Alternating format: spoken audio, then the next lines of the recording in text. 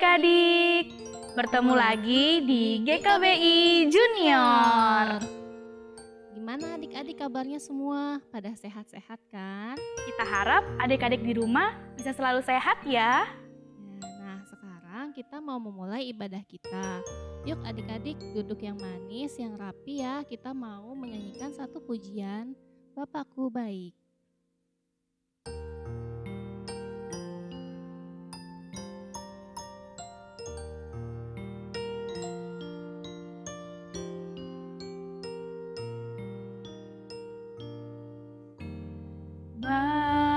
Bapakku baik,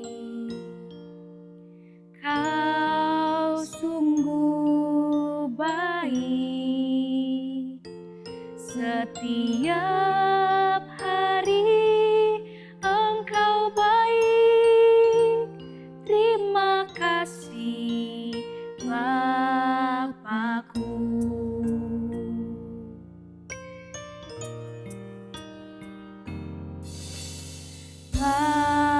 Bapakku baik, kau sungguh baik, setiap hari engkau baik. Terima kasih Bapakku. Kita ulang lagu ini sekali lagi ya, lebih sungguh-sungguh. Kita mau katakan, Bapakku baik.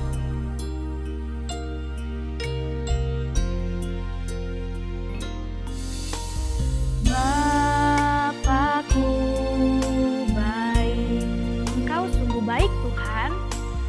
Engkau sungguh baik, setiap hari Tuhan baik.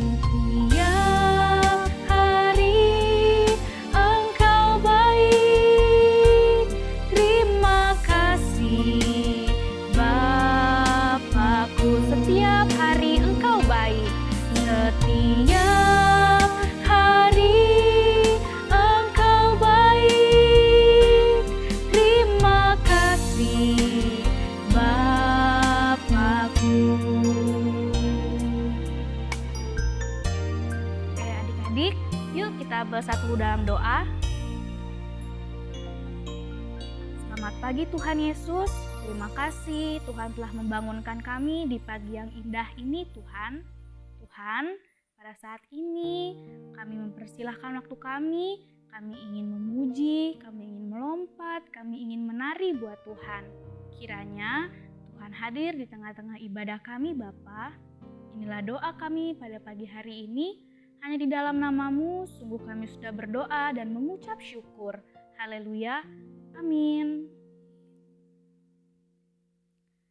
Nah, adik-adik semua di sini percaya dong bahwa kita memiliki Allah yang besar, kuat, dan perkasa. Ada amin? Amin. Nah, kalau gitu aku mau undang adik-adik bangkit berdiri. Kita mau menyanyikan lagu Allahku besar, kuat, dan perkasa. Ikutin gerakan kita ya.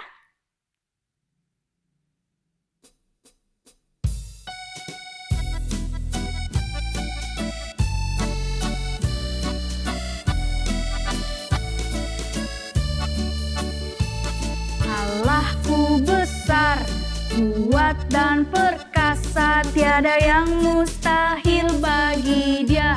Oh oh, Allahku besar, kuat dan perkasa, tiada yang mustahil bagi Dia. Oh oh, gunung miliknya, sungai miliknya, bintang-bintang ciptaannya. Oh oh, Allahku besar, kuat dan perkasa, tiada yang mustahil bagi Dia. Oh oh, gunung miliknya, sungai miliknya, bintang-bintang ciptaannya. Oh oh, Allahku besar, kuat dan perkasa, tiada yang mustahil bagi Dia. Oh oh. Nah adik-adik, Allah kita kuat, besar, dan perkasa. Jadi di dalam namanya pasti ada kemenangan. Yuk kita nyanyi satu lagu lagi dalam nama Yesus.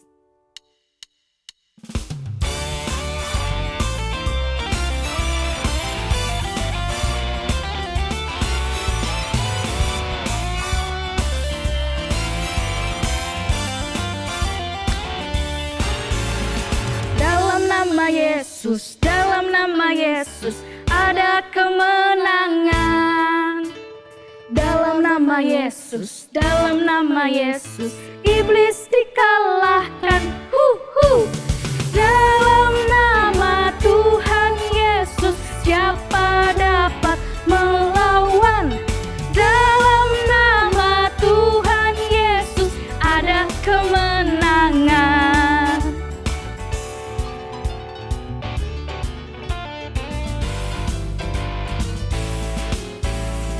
Dalam nama Yesus, dalam nama Yesus ada kemenangan. Dalam nama Yesus, dalam nama Yesus iblis dikalahkan. Dalam nama Tuhan Yesus siapa dapat melawan? Dalam nama Tuhan Yesus ada kemenangan.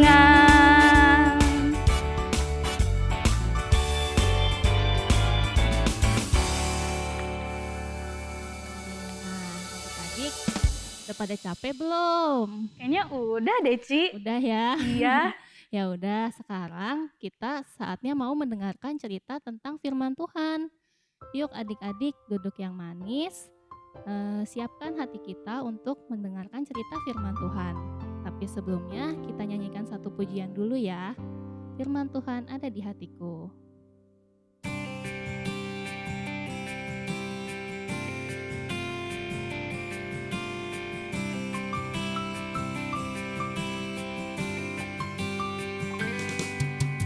Firman Tuhan ada di hatiku, ada di langkahku, ada di hidupku, dan terus bertumbuh, sirami jiwaku, berbuah, berbuah, berbuah, berbuah.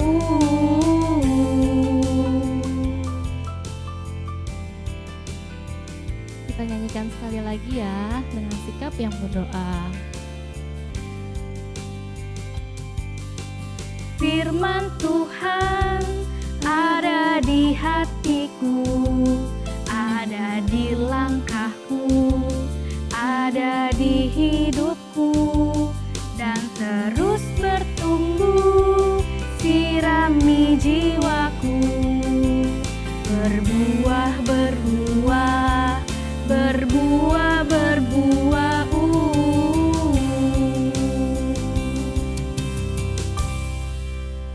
Adik-adik kita berdoa dulu ya. Lipat tangannya dan tutup matanya. Tuhan Yesus, sekarang saatnya kami mau mendengarkan cerita firman Tuhan. Tuhan pimpin kami agar kami dapat duduk diam dan mendengarkan firman Tuhan dengan tenang. Dan biarlah firman Tuhan yang kami dengarkan dapat menjadi pelita ya Tuhan di dalam kehidupan kami. Terima kasih Tuhan Yesus, di dalam nama Tuhan Yesus kami berdoa. Haleluya, amin. Adik-adik, sekarang Cici mau cerita tentang hukum Taurat Tuhan yang ketiga. Ayo, apa isinya? Ada yang udah hafal belum hukum Taurat Tuhan? Sekarang kita baca ya dari Keluaran 20 ayat 7. Ayo dibuka Alkitabnya masing-masing. Untuk adik-adik yang masih kecil, mamanya tolong bantu buka Alkitabnya ya. Kita baca sama-sama ya, Keluaran 20 ayat 7. Jangan menyebut nama Tuhan Allahmu dengan sembarangan, sebab Tuhan akan memandang bersalah orang yang menyebut namanya dengan sembarangan. Sekali lagi ya, Keluaran 20 ayat 7. Jangan menyebut nama Tuhan Allahmu dengan sembarangan, sebab Tuhan akan memandang bersalah orang yang menyebut namanya dengan sembarangan. Maksudnya apa ya adik-adik? Berarti kita harus menyebut nama Tuhan dengan benar dong ya. Bagaimana caranya menyebut nama Tuhan dengan benar? Cici sekarang mau cerita nih, di Alkitab ada seseorang yang mempergunakan nama Tuhan dengan benar. Yuk kita dengerin ceritanya. Beratus-ratus tahun setelah Tuhan memberikan 10 hukum kepada bangsa Israel, bangsa itu telah menjadi satu kerajaan yang kuat. Raja pertama dari bangsa Israel adalah Raja Saul. Pada suatu hari, hati Raja Saul sangat susah.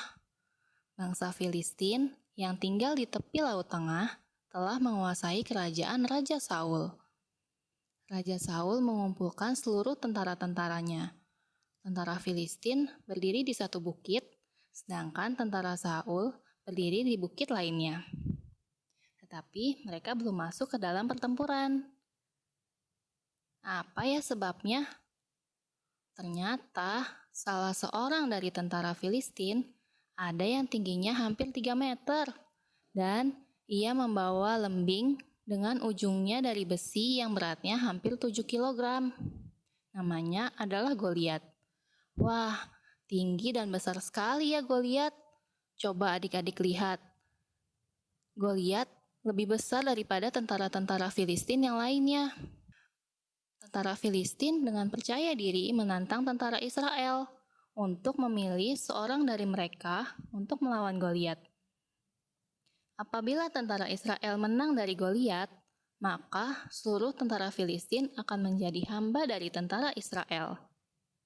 Pada zaman dulu, kadang-kadang perang terjadi dengan cara seperti ini. Perkelahian di antara dua orang jagoan menentukan nasib bangsanya.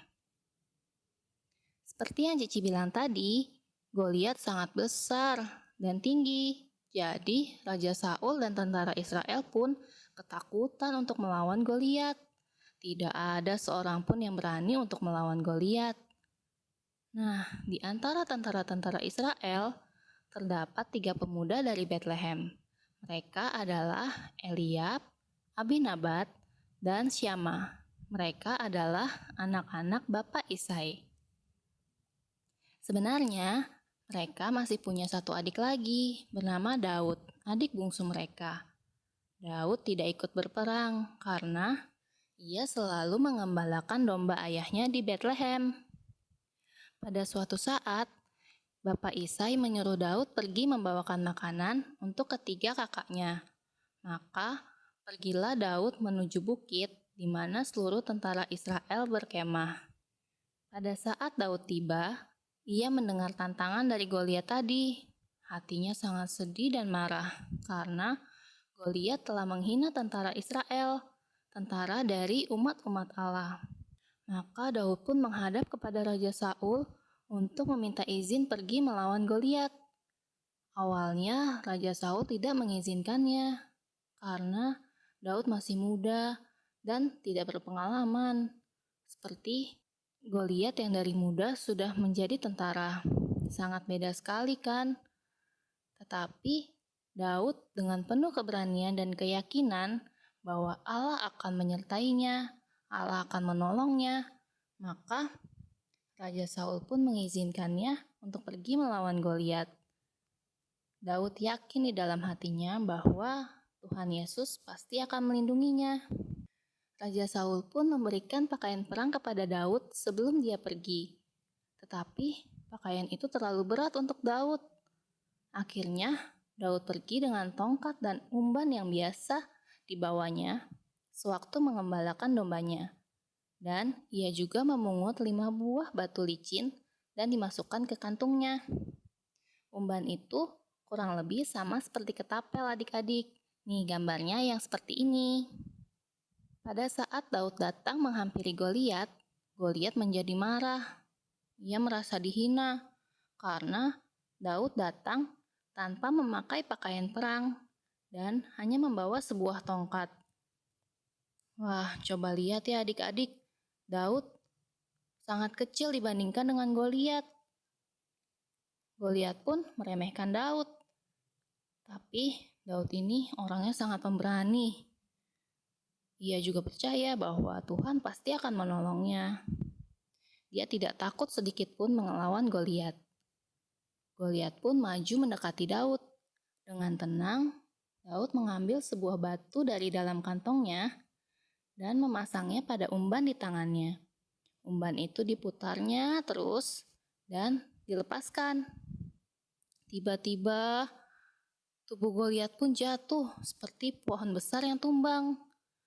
Batu kecil dari umban Daud mengenai dahi Goliat dan merobohkannya.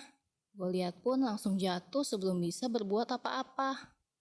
Daud menghampirinya, mengambil pedang Goliat dan memenggal kepalanya. Tentara Filistin yang melihat hal itu langsung lari ketakutan. "Hore, kita menang! Hidup Daud! Hidup Daud!" Sorak-sorai tentara Israel yang lain.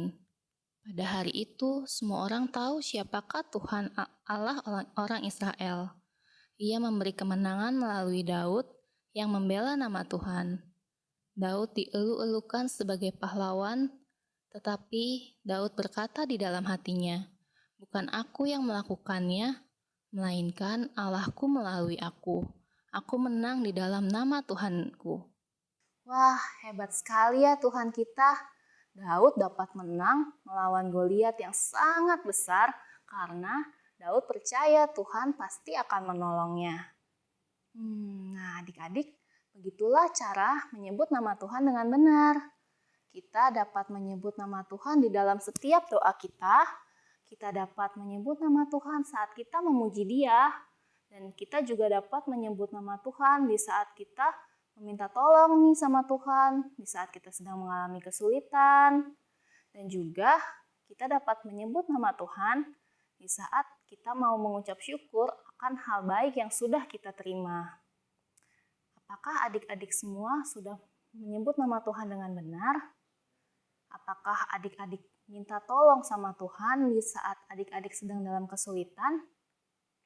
Atau adik-adik mengucap syukur sama Tuhan atas hal-hal baik yang sudah adik-adik terima sampai dengan saat ini? Kalau belum, yuk adik-adik kita meminta tolong, kita mengucap syukur kepada Tuhan dengan benar mulai sekarang. Kita tutup dalam doa ya. Adik-adik semua tutup matanya dan lipat tangannya. Tuhan Yesus, terima kasih atas firman yang telah kami dengarkan. Tuhan, sekarang kami sudah mengetahui hukum Taurat-Mu yang ketiga Tuhan, supaya kami dapat menyebut nama Tuhan dengan benar mulai sekarang. Tuhan pimpin kami, agar kami tidak menyebut nama Engkau dengan sembarangan lagi, agar kami menyebut nama Engkau di dalam setiap doa kami, di dalam setiap hal-hal baik yang kami syukuri Tuhan, biar Tuhan yang memimpin kami semua. Terima kasih Tuhan Yesus, di dalam nama Tuhan Yesus kami berdoa dan mengucap syukur. Haleluya, amin. Sekarang kita mau ayat hafalan ya. Ayatnya dari Keluaran 20 ayat 7. Ayo dibuka Alkitabnya juga ya adik-adik. Keluaran 20 ayat 7. Isinya, jangan menyebut nama Tuhan Allahmu dengan sembarangan, sebab Tuhan akan memandang bersalah orang yang menyebut namanya dengan sembarangan. Yuk sekali lagi ya, baca sama-sama sama Cici. Keluaran 20 ayat 7.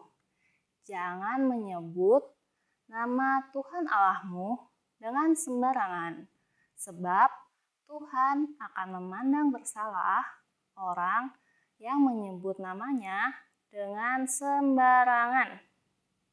Udah pada hafal? Sekali lagi ya, terakhir nih. Keluaran 20 ayat 7. Jangan menyebut nama Tuhan Allahmu dengan sembarangan, sebab Tuhan akan memandang bersalah orang yang menyebut namanya dengan sembarangan. Dihafalin ya adik-adik, hukum Taurat Tuhan dari 1 sampai 3. Minggu depan lanjut lagi ya. Adik-adik, sekarang kita mau kreativitas ya. Kreativitasnya seperti yang minggu lalu sama Ci Ines, yang seperti ini.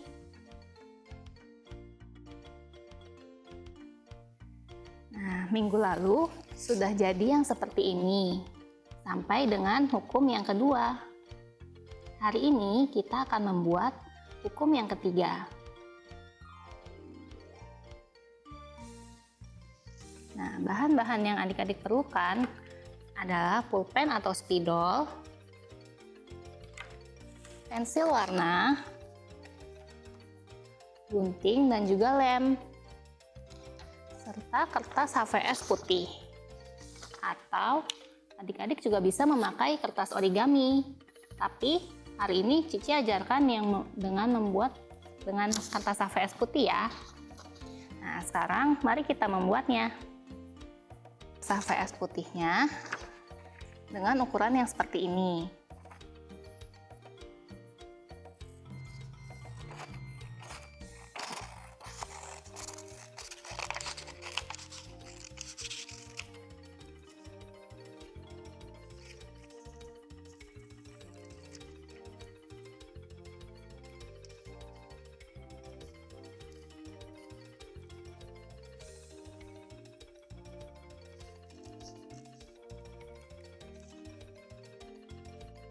Sudah jadi seperti ini, sekarang kita tinggal mewarnainya saja. Adik-adik bisa menggunakan pensil warna ataupun bisa menggunakan krayon ya. Sekarang kita membuat dengan warna kuning. Ini tinggal kita warnai saja seperti biasa.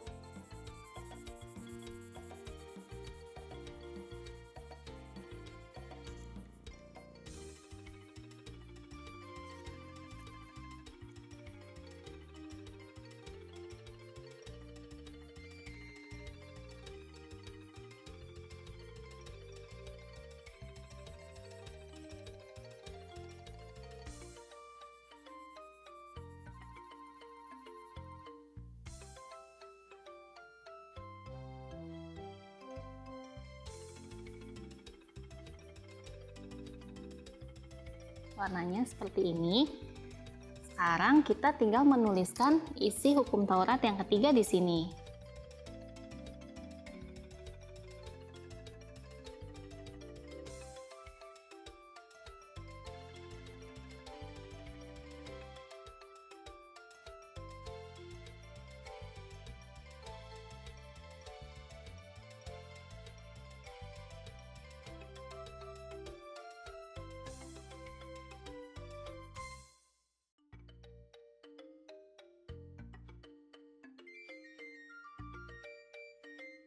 Nah, ini sudah jadi tulisannya. Sekarang kita akan tempelkan di jari yang ketiga ya adik-adik. Oh ya, untuk adik-adik yang masih balita, mama dan papanya bisa membantu ya.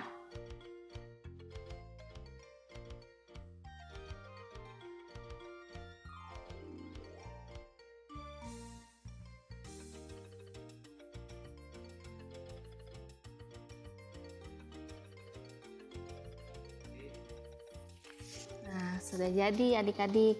Jadinya seperti ini. Minggu depan akan berlanjut lagi ya adik-adik. Adik-adik, terima kasih ya sudah mau mengikuti ibadah hari ini. Jangan lupa adik-adik kalau misalkan kalian keluar rumah selalu gunakan masker. Dan selalu rutin cuci tangan. Sampai jumpa minggu depan. Dadah!